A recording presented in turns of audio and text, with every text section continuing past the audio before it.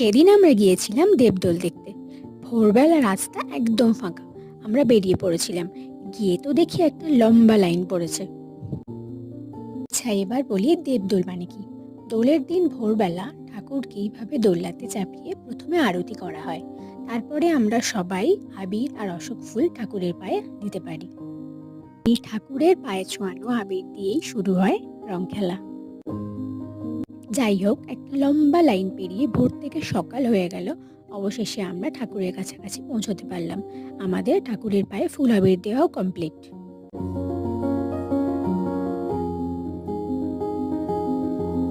এবার মেলাতে এসে সকালবেলা জিলিপি, গজা এইসব দেখে কার না কিনতে ইচ্ছা হয় বলো।